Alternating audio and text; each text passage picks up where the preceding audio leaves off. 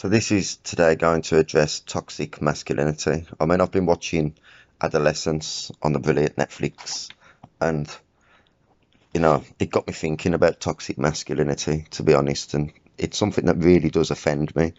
Toxic masculinity does. I mean, it is very offensive, and to be honest, I blame people like the Tate brothers, Andrew and Tristan Tate. I think they're responsible for a lot of this toxic masculinity.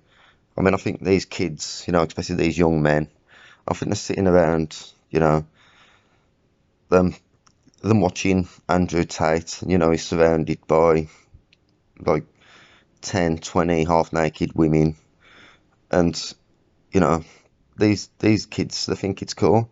They think it's cool that Andrew Tate is surrounded by all these half naked women.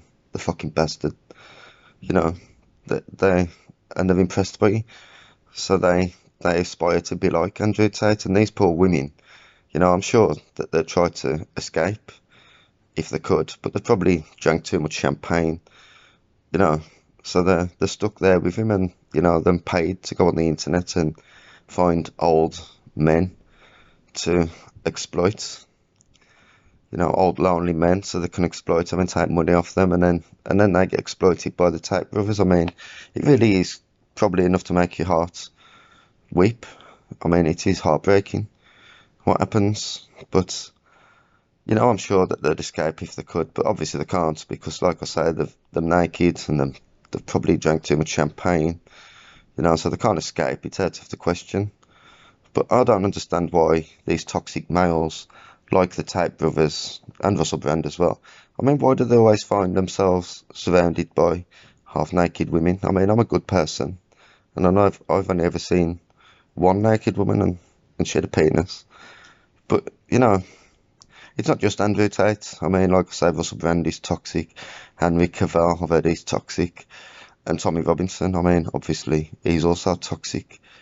But it's good to see that the music industry is taking steps to move us away from toxic masculinity. I mean, I think if you look at the 90s and the early 2000s, a lot of people was listening to like Guns N' Roses and System of a Down and Eminem and DMX.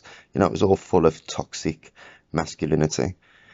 I'm kind of glad that they've moved away from that now, and now they've made it so music is less toxic and there's less toxic masculinity in it. I mean, now even the males are feminine, and in my opinion, that is brilliant. I mean, it's brilliant that they've taken the toxic masculinity out of the music industry. I mean, I know some people complain. Some people complain about everything, and they say that the music industry is hypersexualized now, and it's all just women, dancing around in their underwear and shit, like basically doing the same as Andrew Tate, just selling sex, except Andrew Tate's at least selling it to lonely adults, whereas the music industry is probably just selling sex to kids, according to some people. But I don't see it like that at all. I mean, that's ridiculous to me. But obviously there's a few bad eggs in the music industry, like Diddy, but it's mainly filled with brilliant, progressive-minded people. Do you know what I mean? Like Chris Martin out of Coldplay. I mean, he's absolutely brilliant. I mean, some people, again, criticise him, call him a champagne socialist and a hypocritical wanker.